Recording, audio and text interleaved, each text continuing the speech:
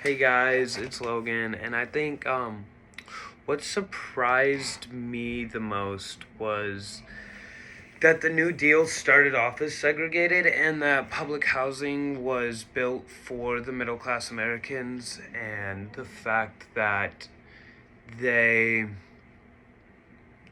created segregated living quarters, and they would build living locations for black Americans and then living locations for white Americans. And I never realized that to be a part of the deal.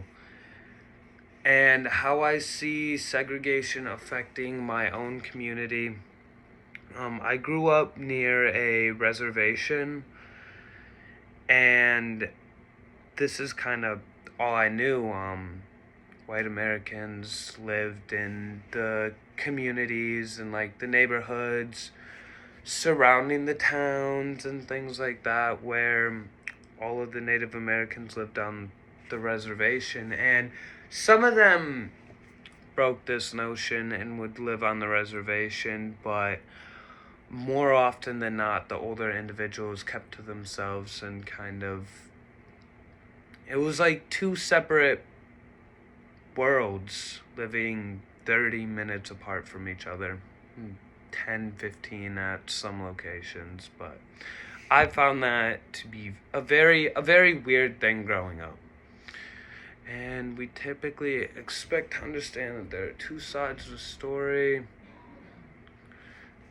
After reading Color Law, this made me kind of realize that as much as there's two sides to a story, the group that is in power will always do things to keep themselves in that situation, is kind of what I realized. And they will always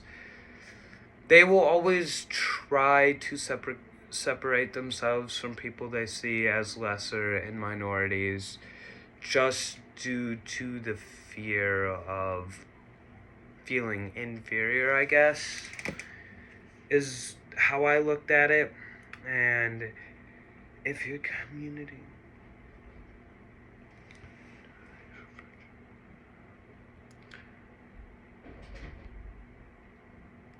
and with school being segregated, I went to a school that was kind of not segregated. I went to one of the schools that many of the kids on the reservation went to.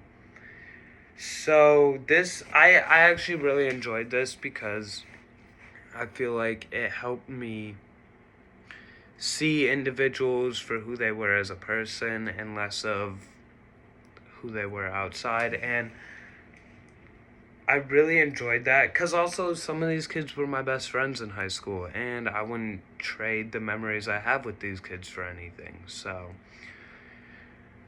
one thing I wish I better understood is probably how an area like where I grew up got to be that way, because it's compact in a sense, but it's so spread out as well. And I guess one big thing to look at is a lot of these places are summer homes, so that can be really negative, because that means they're very expensive and not a lot of average people could live there.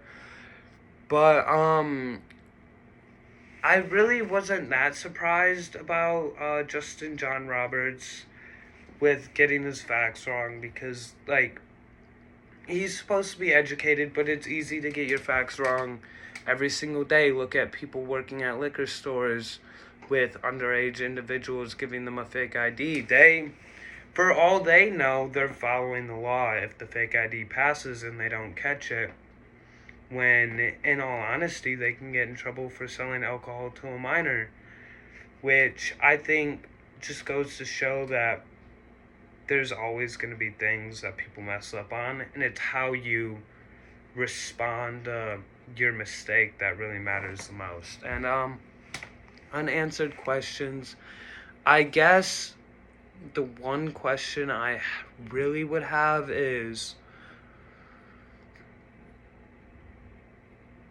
why are we continuing to let these things get worse?